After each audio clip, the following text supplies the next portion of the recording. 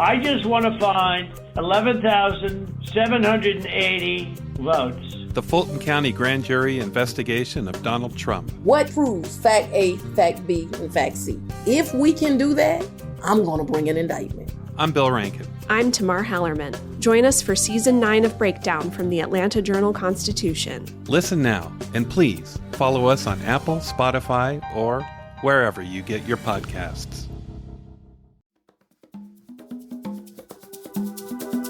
Today on CityCast Denver, we're in the home stretch of 2022, but the news keeps coming. So we're digging into the backlash facing the Colorado Healing Fund in the wake of the Club Q shooting, the quagmire that is parking downtown, and as always, some personal recommendations for your weekend. Oh, and this one is a little bit explicit because one of us curses at one point. Guess who? Today is Friday, December 9th, 2022. I'm Paul Caroli, and this is CityCast Denver.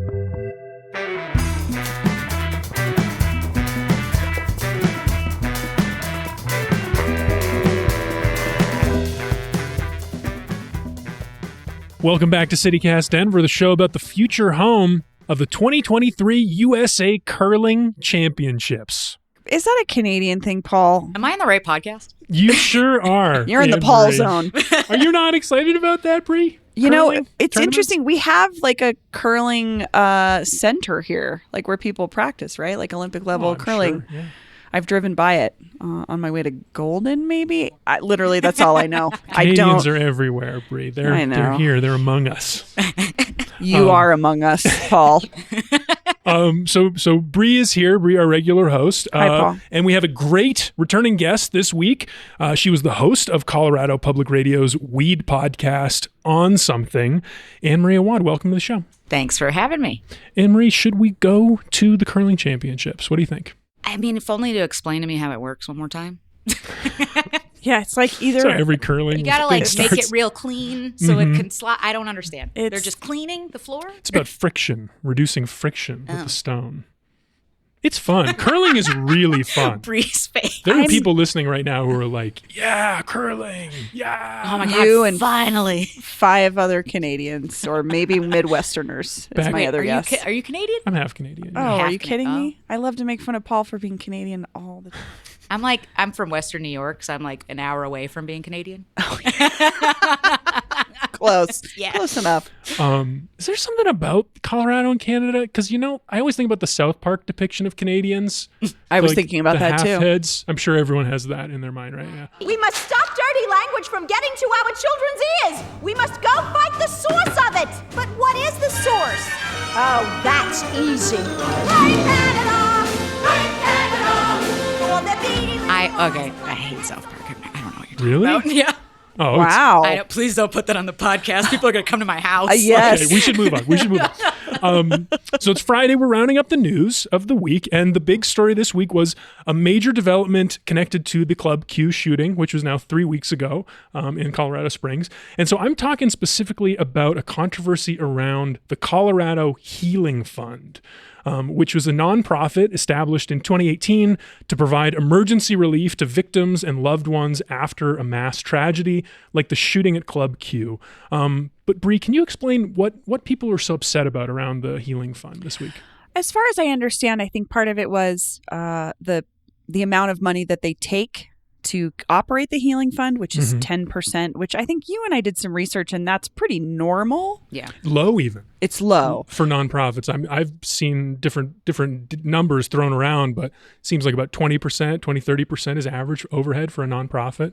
But the other concern was sort of the red tape, the bureaucracy around having to get access to that funding for folks who maybe have immediate needs in the aftermath of a tragedy.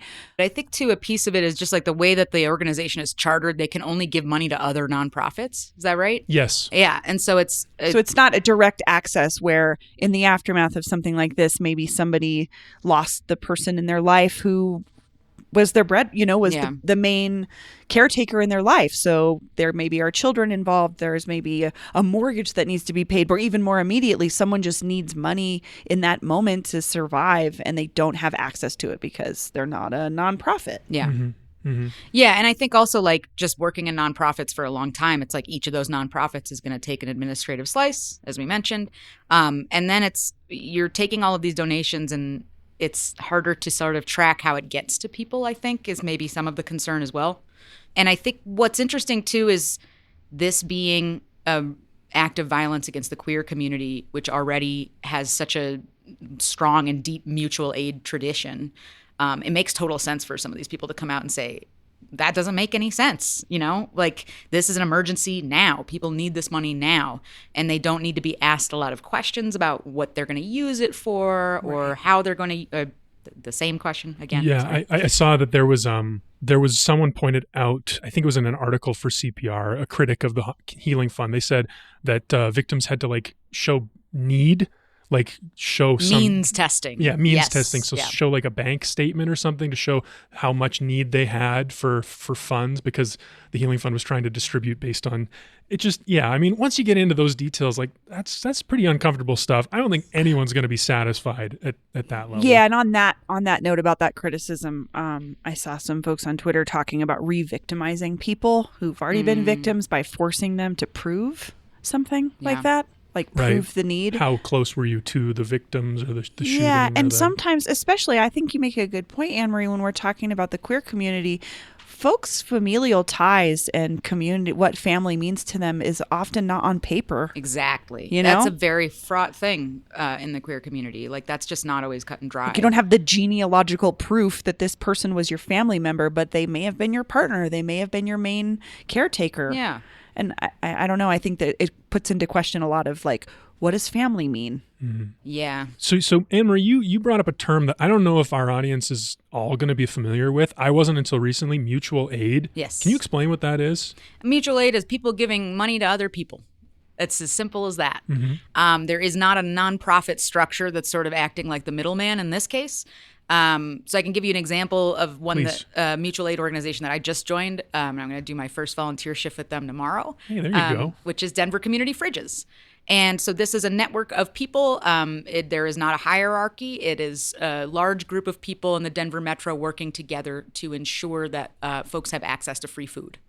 And so you might have seen a community fridge around town, maybe at Huckleberry Roasters, but it's exactly what it sounds like. We go and we pick up food from distribution sites, and then we put it in all of these fridges, and people are free to come and take what they need. They can also put stuff in the fridge. We as volunteers in the mutual aid network are welcome to the food as well, because there is no means testing. Mm-hmm. Like you mentioned before, there's no piece of paper that I have to sign that says, I need this food. And I think like mutual aid does require that level of trust. Mm-hmm. And that's what's so hard to see, I think, in this Colorado Healing Fund situation, is, some people, like you said, who have been victims of an awful tragedy are being re-traumatized by having to prove that they need help. When that's, to anybody reading the newspaper in the last couple of weeks about the shooting, that's apparent. Mm-hmm. The need is apparent. Why does it need to be proved? Why does it need to be proved, Bree? I mean, in these cases, it's because nonprofits have to track everything, I think. True. Is a big part of it. Is like, that's how you get funding in the first place from other sources, is by tracking accountability. But also your demographics. Who are you serving? Mm-hmm. And the mutual aid model circumvents all that and just says, I'm your neighbor. You come to me and say, I need this, and I can give that to you. There's no strings attached. There's no form to fill out. There's no tally of who gets what. It's just, I have something that you need. I share with you. You share with me when you have something that I need. And that sometimes is a service. You know, I think about mutual aid is really cool in this way. Like, I'm a caregiver and I can trade you a couple hours of babysitting if you let me use your car. That's a great, there's no foundation involved, and there's no paperwork. There's no nonprofit there. Exactly. I think another one is, I'm not sure if it's here in Denver, but Snow Angels. You just volunteer. Yeah, we do have it in Denver. Shovel sidewalks. Yeah. I mean, it's the idea that everybody has something that they can give, and you don't need to prove it. It's a very interesting new idea. I have to say, this is like kind of exciting for someone who's already been always been frustrated by how philanthropy works in this country, just like reinforcing the status quo and like giving the people who already have the most money, the most power to make the change they want, even if it is a change for good. So I don't know. I mean, this is the season of giving, Bree. Do you see mutual aid as an alternative to the old structure? Do you see it as, where does it fit in for people? Like, should our listeners get involved with this? Yes. And what I would say too, Paul, is it's not a new idea by any means. No. This is how community networks operate. This is how communities have worked for centuries, frankly. The thing that I think about historically is on the West Side, there were these groups of mutualistas, which were just familial community networks of people meeting each other's needs without any sort of structure. And like the non-hierarchical part is really crucial. I think that's a great point, Anne-Marie, is like no one's in charge. I mean, sometimes there is someone who's lightly in charge, just at least to help facilitate things like, oh, I know somebody that has the thing that you need. Let me connect you to them. I think what's hard with the Colorado Healing Fund, what was hard is when a tragedy happens, people out from outside of a community want to help immediately. And so that's often why people donate to things like that. I don't think anybody does it out of, people are donating because they care. Yeah. And they can't control where that money goes. And I think the argument for mutual aid is just it's more hyper localized, or finding someone in the community that you can support directly. Mutual aid is a little bit harder for folks to understand in this season of giving because we're so used to just giving money and wandering away from that. And this is really pushing folks to say, it's more about a relationship and a community. How involved are you in your community, or how could you get more involved in a more functional, on the ground, in-person way that could help your neighbors, which is as easy as sometimes I'm part of the West Denver Facebook group that's just free stuff. So you just put stuff up there, or you put your needs up there, and other people either meet those needs or you meet their needs. Yeah, it can be as simple as that. Yeah. I think too, this might be like pre-CityCast days, but something that you wrote, Bree, about food banks and how food banks operate was a real light bulb moment for me in terms of mutual aid. And say more. What is this? I feel weird telling you what you wrote. I did. Well, because I had a similar experience where I was working on a food access project through this sort of nonprofit space, and I saw what folks were going through to have to access that food. And sometimes it's not even what they want, or it's not culturally relevant. Exactly. And they're treated as if like, well, we're a charity and we're helping you out, so you better take this food and you better be grateful for it. But you can only come on Wednesdays from 3 to 6 p.m. to this location to pick up this food, and that's what you get. Yeah. And the mutual aid model, or sort of the newer food bank model, is there's some food banks that have changed to where they're more like a grocery store, and you can come in and shop it and pick what you want. And there's still some problematic elements of that too, because you're still putting somebody into a situation where they're othered from the grocery store environment. But the mutual aid model, which community fridges do, is just we're providing food and there's no constraints around who can have it, when you can get it, what it is. And oftentimes the food is more culturally responsive to the neighborhood that it's in. Yeah, I think the food piece of it was the big eye opener for me, because I understand food charity the same way that a lot of people do, which is like, clean out all the garbage at the back of the your old cans of food. I remember that from being in elementary school. Well, yeah, and it's funny, like my parents still think that way, like, oh, we'll just donate all this stuff. I'm like, no one wants that. Throw it in the trash. Yeah. And it's the idea that like somebody who is in need doesn't inherently deserve, the same food that your leavings, essentially. Right. I think that was the real shift for me, was sort of leaving behind the charity mindset, which is I'm doing something for you and you should be grateful, and then I can go on with my life and never think about this again, to the mutual aid mindset, which is you're just like me. You're just like me, and your situation happens to be different, and I'm in a position to give you something to help you out. And that's all it is. And I think since then it has been a real shift in how I understand like what I can do in the world. Like I think especially like the last few years of the pandemic, feeling so hopeless and so powerless as so much awful shit happens in the world. Shirt. Some awful shirt happened. No, it's all good. You're good. I don't know why I went to shoes first. But like feeling like, well, right now I've got $75 I can send to somebody who really needs help with their rent, or, who doesn't have a car right now. I think that was really huge. I think the year that you wrote that, I actually, for Christmas, I went and found mutual aid organizations in all of my families where they all live and donated on their behalf to try to get them to do it. Thank you. Yeah. I mean, thank you. Like, I think it really is. There's not, this is my journalism high horse. There's not a lot of great journalism out there about how nonprofits work. Yeah. And so I think a lot of this stuff, like you said, is really just out of sight, out of mind for people. Especially like this time of year when the Santas are ringing the bells, getting people to understand that not all those organizations are created equally. Nor do they serve equally. No. And I think a lot of what charity is to people, unfortunately, is just peace of mind. And versus structural change. Yeah. Yeah. Yeah. Can I tell a quick story?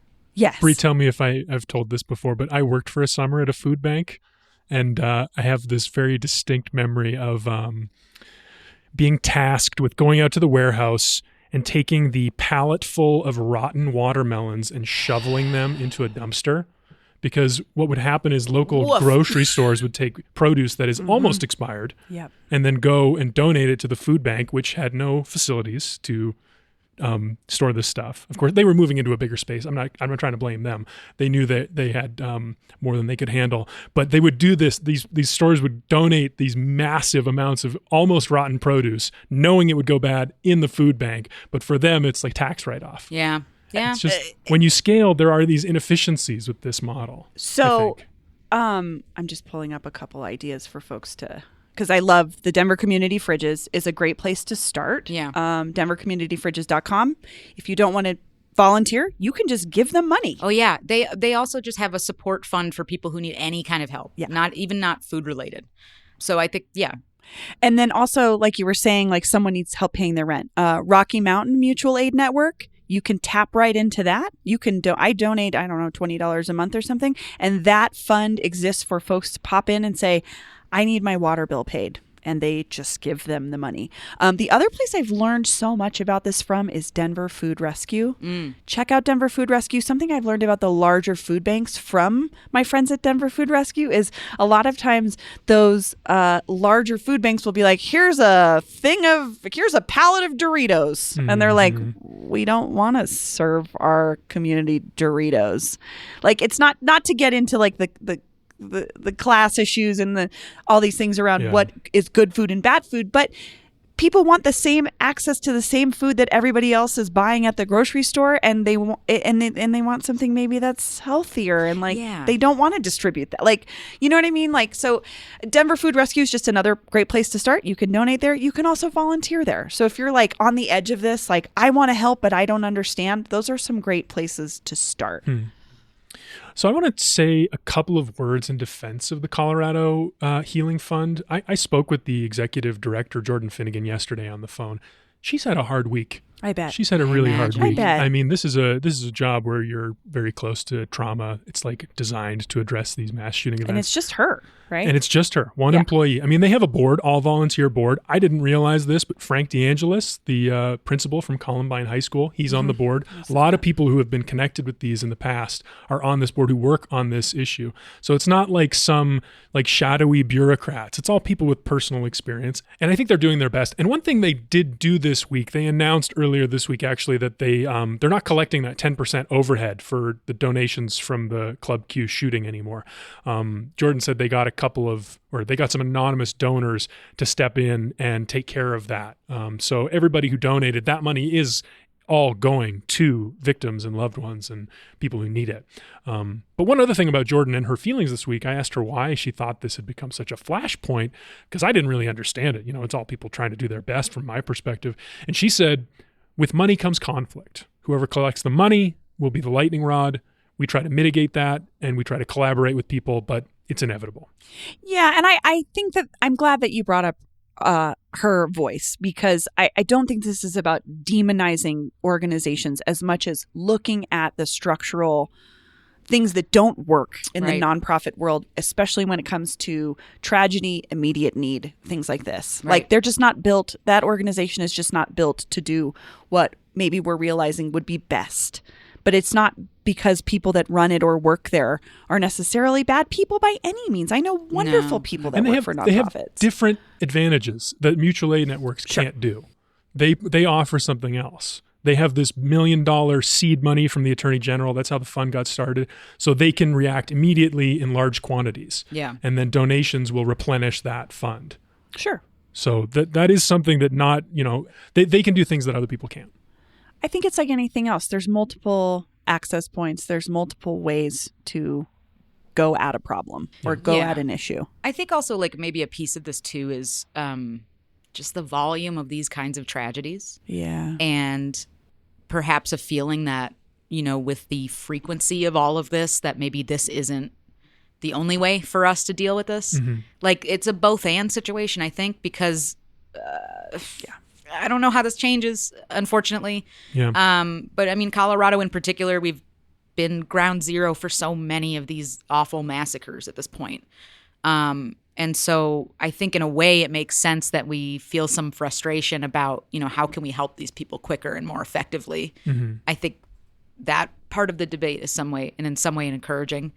And I think like the discouraging flip side of it is like, do we just like if we establish systems for this, does this mean that we just like accept this as the way things are? I think it also just means sometimes getting more involved in the organizations that you donate to and seeing on the ground how they work and if it works with what you believe to be societal change or what you want to see in the world. Like I talk about Harm Reduction Action Center all the time. They are a nonprofit, but I see them on the ground every day. You literally can drive by their on 8th and Lincoln and see them working. Yeah. I know what they do. I believe in what they do. So again, not all nonprofits are horrible, but we just have to, I think, like you said, just like not just donate money and wander away. I did my good thing. Here's my virtuous moment. Yeah. What do I want to do to see change in the world? Yeah. Well, all right. I mean, obviously, there's a lot more to talk about with this issue, but we have to leave it there for now. I want to hear what listeners think about this. What's the best way to help people in need this holiday season? I really, really would like help figuring this out because this whole week has thrown me back and forth, and I don't know where I'm at with this. So leave us a voicemail. Call in. The number is 720-500-5418. Tell us what's the best way to help this holiday season. The number is 720-500-5418. Before we go to a break, Anne-Marie, we weren't expecting to talk about weed with you today, but there was some breaking news. Bree, do you want to explain this? You requested to talk about this. Oh, Brittany Griner, WNBA player, is being brought home from Russia as we speak. I hate saying this. I keep forgetting that's a weed story. Yeah. Because it's so ridiculous. It's so benign. It's so ridiculous. She had a vape pen. Yeah. No. I went and visited my family for Thanksgiving and like maybe it's my reputation. Everybody asked me if I brought weed. And I was like, why would I do that, guys? It's federally illegal. But I think that's also like a testament to how it's so common for people to be carrying it on them. And it's so obviously like a trumped up BS charge. Yeah. I think it's amazing that she's coming home. I think it's a shame that it took as long as it did. Yeah, I agree. I'm just happy. And I think it's really important for us to think about this, especially like you're saying, the sort of laissez-faire attitude we can have about it here and understanding that she had to go through Russia's court system over a vape pen. Go to a penal colony. Yeah. I mean, it's awful. And I think a lot of the reactions that I saw on social media today that I fully agree with, honestly, is like, great, now do everybody else that's in prison for weed possession. Because it is that simple. And I'm not going to say we're as bad as Russia, but that's like a dose of how we treat a lot of drug crimes or have treated a lot of drug crimes for the past several decades in this country. It's like, whoa, hold on a second. You had just this tiny amount of weed. You're going to prison for like 5 years. Yeah. We do that in America. We have done that. And so I'm hoping that this starts a greater conversation about it if it hasn't already. I agree. Well, welcome home, Brittany. We're happy about this. This is great news to go into the weekend with. We're going to take a quick break, and then we're going to talk about a very controversial subject. More controversial than these ones?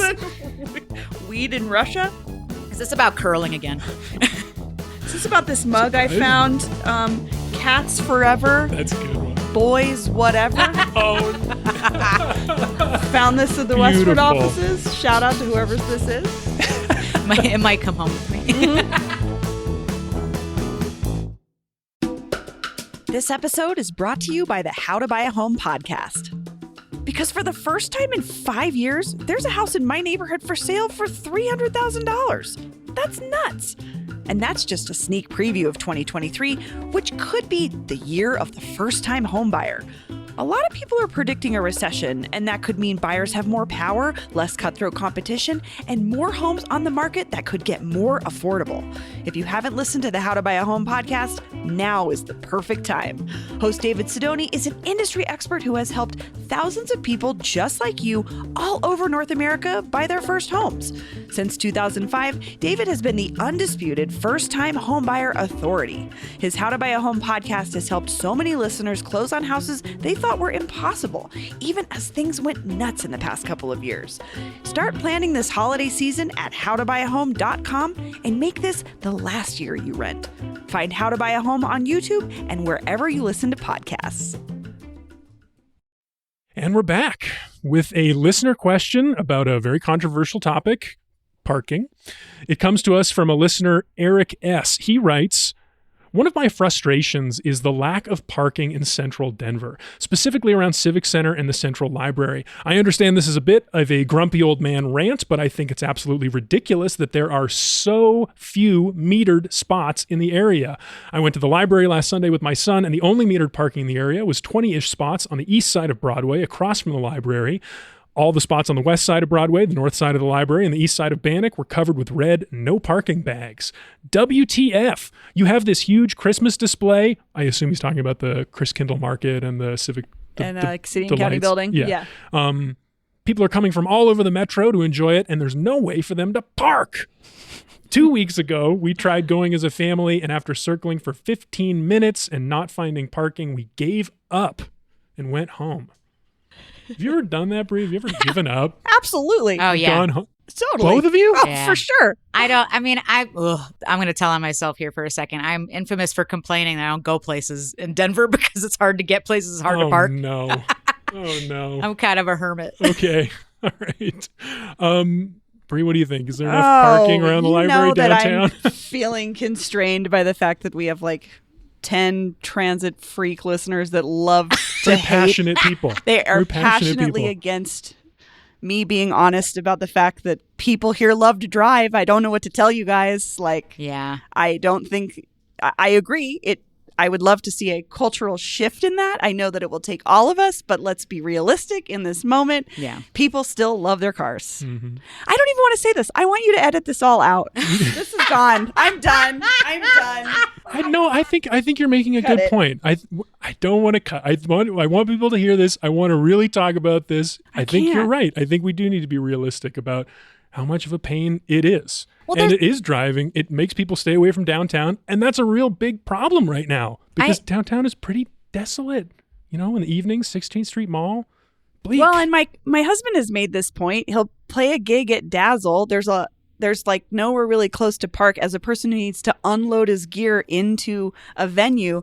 And it'll be like, you can park here overnight, but you only can park here until 9 o'clock or 10 o'clock. And then you have to come back out and pay more money to put it in. And he's like, I'm literally working down here. Like, Yeah. what do you want me to do? I had the same problem whenever I would go to stuff at the press club too. Yeah. I do think what's weird about Denver is like the lack of municipal lots and garages. Like they're all private here. Oh, yeah. We don't have those. We don't. I mean, That's really I interesting. just being in Asheville, like visiting my family for the last couple of weeks, it's not all of the garages downtown, but like a good decent chunk of them are city garages. And it means, they cost less. There's usually spaces available. And like you can just park your car and walk around downtown. I think the other thing is like, I love transit too. I know you do. But I mean, we also didn't we see a big story this week about how most people are not really satisfied with RTD? And I think that's like a thing that has to get factored in here, right? Is like, I wish there were more options for me to go leave my car somewhere, hop on a train, and be in the middle of it all. That's gotten a lot less reliable over the last few years, which is another reason I don't leave my house. Yeah. I mean, RTD is underfunded. We don't value it here. Yeah. I'm It's also not a thinking good about service. a lot It's of not their folks fault. have had to move out of the city proper into the suburbs because that's where it's affordable. And then you're cut off from some transit access that you maybe were more used to riding in the city. I don't know. I mean, I think there's a lot of issues here.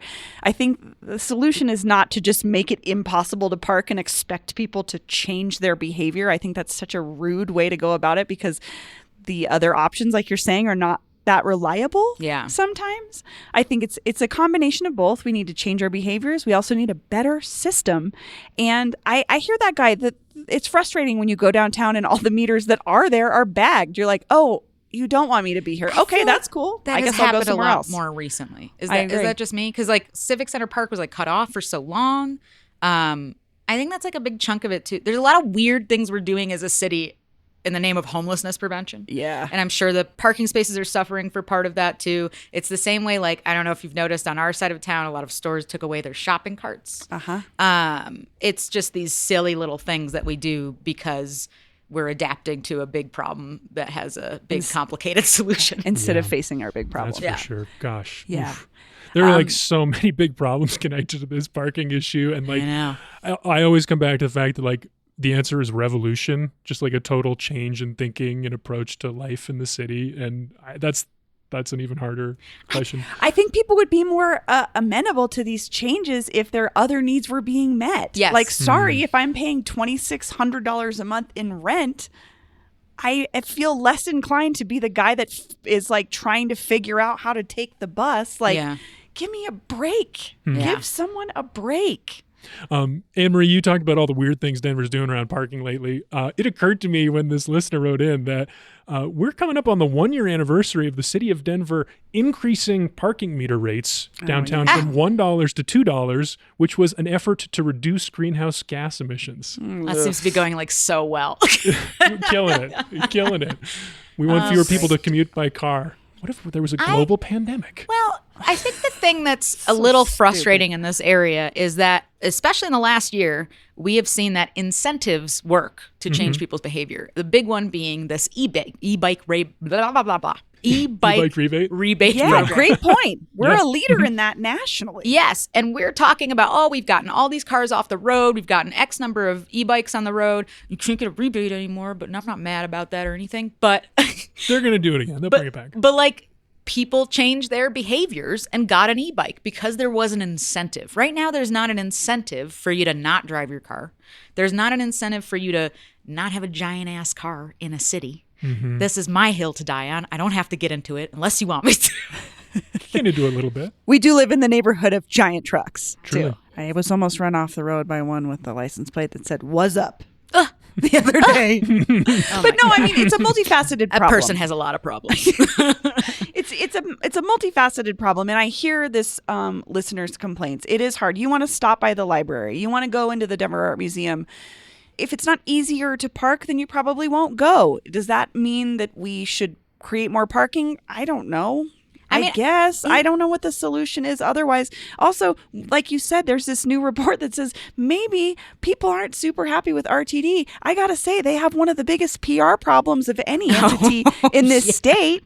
And it's going farther than anything to say RTD sucks. Why would I try? Yeah. Yeah, I mean, what's his alternative What's the to get incentive? to the library, with his kid? Go walk 20 minutes to the bus stop, like most Denverites live about that far from the closest bus stop. Wait for 30 minutes for the bus if it comes. Sitting outside for 40 thanks. minutes. That's just not a fun Sometimes date. an hour. Sometimes longer. Yeah, just like it's crap. I mean, I don't know. Sometimes the bus drives right past you, which is infuriating. But I think this listener has like an amazing point where we put all of our biggest cultural attractions basically in the same spot, and there's not enough parking. And I think what sucks too is that if you live in that area, a lot of that burden falls on you, right? There goes your street parking. Oh, you're talking about Capitol Hill? Yeah. Parking in Cap Hill? Yeah, I mean that your street parking basically gets eaten up by the visitors to the museum, to the library, because well, where else could they go? Well, none of this is a problem for me these personally. knowing looks. I used to live in Cap Hill, and my parking skills were forged in the fires of those streets. That is how I am learned a how to- parking god now. I learned Yeah. how to parallel park from living in Cap Hill. Yeah. Absolutely. Yeah. That's I think I real taught my life partner skill. how to parallel I park was in taught by a Capitol. boyfriend in Cap Hill. Exactly. So Yeah. there's some silver lining there. But I mean, I think, Anne-Marie, you have the best point. Incentive. We need incentive to take other modes. E-bikes are great. Yeah. Maybe a better transit system would be awesome. Or like if the city subsidized your admission to any of these places if you didn't drive. Yeah. If the city Well, was that's an like interesting half idea. off your ticket if you took You the show bus your bus here. pass or Yeah. whatever. I like that idea. There's That's there's interesting. creative ways to handle this. It's not all down to like we just have to add more parking necessarily, but it's so many things like intersect with the parking issue, and I think that's probably going to get blamed on a bunch of things that don't have anything to do with it. Yeah. Well, I want to end this segment with one last piece. There was one other thing Eric S. wanted to ask, and I did get an answer for him. Eric S. asked, also, just how long is this construction project at the library going to last? Okay. It's been going for at least 2 years, right? Yeah. So I checked in with Rachel Fuel, the administrator of the Central Library. Our librarian friend. You've talked to about the new children's library last year. And she wrote back to me yesterday. She said, we expect Central will remain open in a limited capacity through 2023 as construction continues.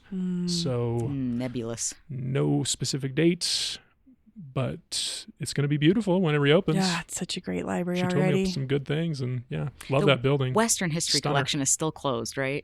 I think what they're doing now is you can go in and talk to them on the main floor, and they'll go up and get you stuff. And you can so they're still there. They're still working. You can still get access to all that good stuff. I just miss sitting in that room. It was know. so pretty. Such Oh a my cool God. room. One of the best places in the city, for sure. Yeah. Love it, unequivocally. Yeah, I said okay for a second because I feel like construction goes on for a million years in this city, and I don't understand why. It's a season. That's the joke. It's the right? season, yeah. There's winter and there's construction season. All right. Well, we got one more thing for you, and we'll be back with that after a quick break. All right. It's the end of the Friday show. You know what that means. It's time for the official CityCast Denver maybe for your weekend, as in maybe you'll see us there. Because as usual, there are so many cool things happening in Denver this weekend, and we have opinions. Peyton Garcia rounds up her best bets in our newsletter, Hey Denver, every week, and she's going to give us her top picks. Peyton, welcome. Hey guys. So, Hi, Pey. as usual, I have 4 events for you guys to consider. Heck yeah, bring it on. All right. First one. So some of our listeners might have already heard about this one. Bree and I talked about it on the podcast earlier this week. But I am so excited about it, I couldn't not include it in today's discussion as well. All right. It is the Westwood Festival del Tamale y Atole. Oh, yeah, in our backyard. Yep. Yep. So that is happening tonight and tomorrow from 4 to 9 p.m. It's put on by Echo and Westwood. It's going to be on the Rise Westwood campus. Bree, do you want to talk a little bit about this? Because I know that you know all about it. They just do such a great job of bringing all these different chefs together, and they focus on different things throughout the year. And, it's the season for tamales, so there's tamales, there's atole, which is like a warm, sweet corn drink, and you can it's a food festival. So it's like a lot of tastings, but then you can also pre-order tamales to pick up next week, I think, if you want to take some home too. Ooh, I didn't know about that part. Yeah. Okay. This sounds This you might sounds see me there. fantastic, delicious. Sounds Oh, so can't wait. amazing to Wonderful. me. And tickets are, so you can buy tickets now. So $25 gets you 15 sample tickets. That means 15 samples of something. $100 gets you 75 samples, which feels crazy, but maybe you're It's a going lot. with a large That's a group lot. of people. But when you get there, you can also buy sample tickets at the event for $2 per ticket. Yeah, it sounds incredible. I don't think we can recommend that this week. I What? think our listeners, if they have taken our recommendations over the last 2 months, they have been I to Westwood know. several times. It definitely and sounds. they do Westwood cool does events. awesome It sounds stuff. great. It definitely am sounds interested. like I am paid by Westwood to do this. In the pocket of Westwood. But I can't help it. Their stuff is so good. And I did think about that when I picked this to recommend today. And I was like, okay, then I have to take a break from recommending Westwood stuff. But I just try to be honest with you guys. And this sounds dope. It does. They're so Mm-hmm. creative with their events, too. They do They cool They do stuff. really cool stuff The that's food not is happening anywhere else in the city. crazy. Yeah, that's a good point. You won't experience it anywhere else. All right, who's next? Give us something else. Next. Okay, tomorrow morning at Park Meadows Mall, there's going to be an ugly sweater contest. It's put on by Cozy 101, mine and Bree's favorite holiday radio station. So I'm sure there's going to be great music. But if you show up in your best ugly sweater from 11 a.m. to 1 p.m., you could win a $100 gift card to spend at Park Meadows Mall. Oh. Yeah. And there's a Sounds like bunch it of could be a lot different of fun. Yeah, there's a bunch of different categories. There's I think a men's category, a women's category, a pet category, and a DIY category. So you've got lots of opportunities to win. Oh, I have the best. I have a sweater that's just hideous sequins, and I call it my icicle sweater. Just I have nowhere to wear it. Maybe that's where I'll wear it. I was gonna say the ugly Christmas sweater people are like a passionate group of people. That's true. I think that's going to be become a thing. competitive contest. Also, great excuse. Hang out at the mall. Christmas Exactly. time. That's do fun. some Great do place to some be. Christmas No arguments shopping. there. See Santa? There's gonna be other giveaways and stuff going on. So Okay. swing by the mall if you're trying to get some Christmas shopping done. Okay.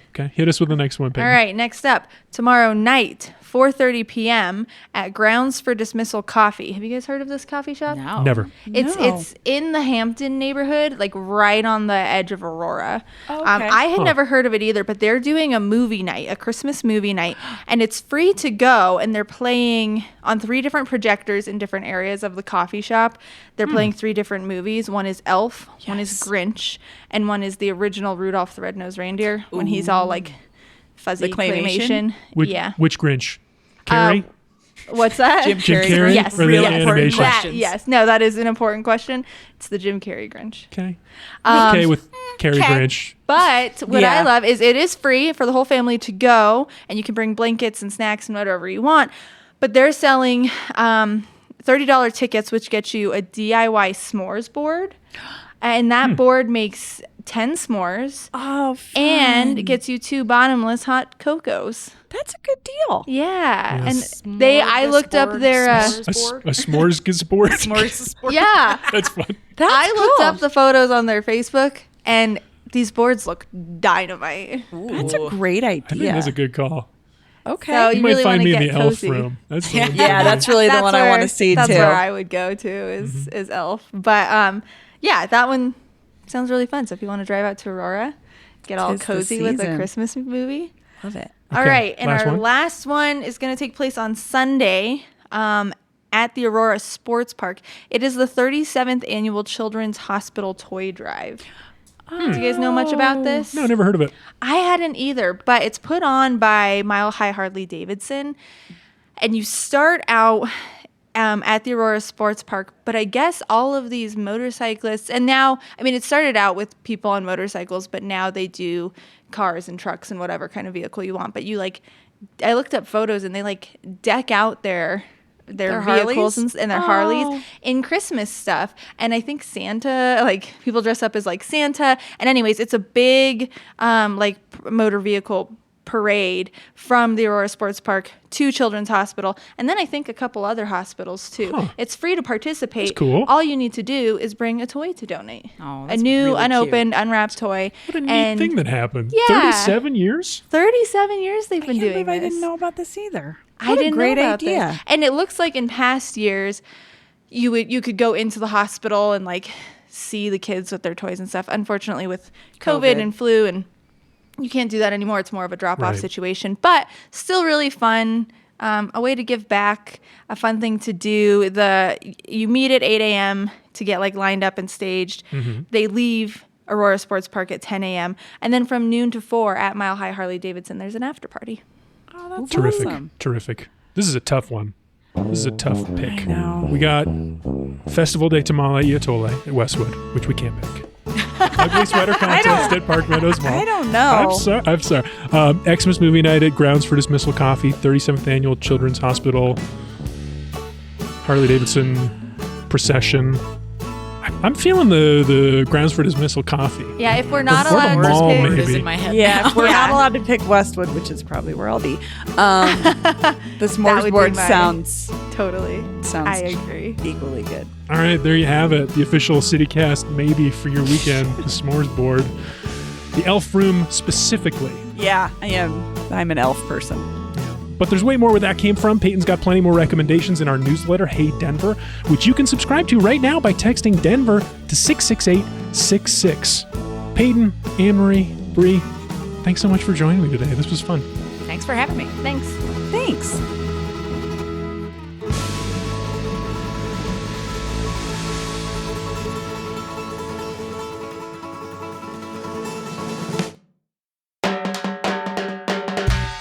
And that's all for the week here on CityCast Denver. Our producers this week were me, Paul Caroli, and Aaron O'Toole. Peyton Garcia writes our morning newsletter, Hey Denver. Bree Davies is our host. Our music is by Los Mocachetes, with additional mixing by Tyler Lindgren. If you haven't already, subscribe to the show wherever you get your podcasts, follow us on Twitter at CityCastDenver, and tell Brittany Griner about us the next time you see her. You can sign up for our daily newsletter, Hey Denver, by texting Denver to 66866 and learn more about us at denver.citycast.fm. See you next week.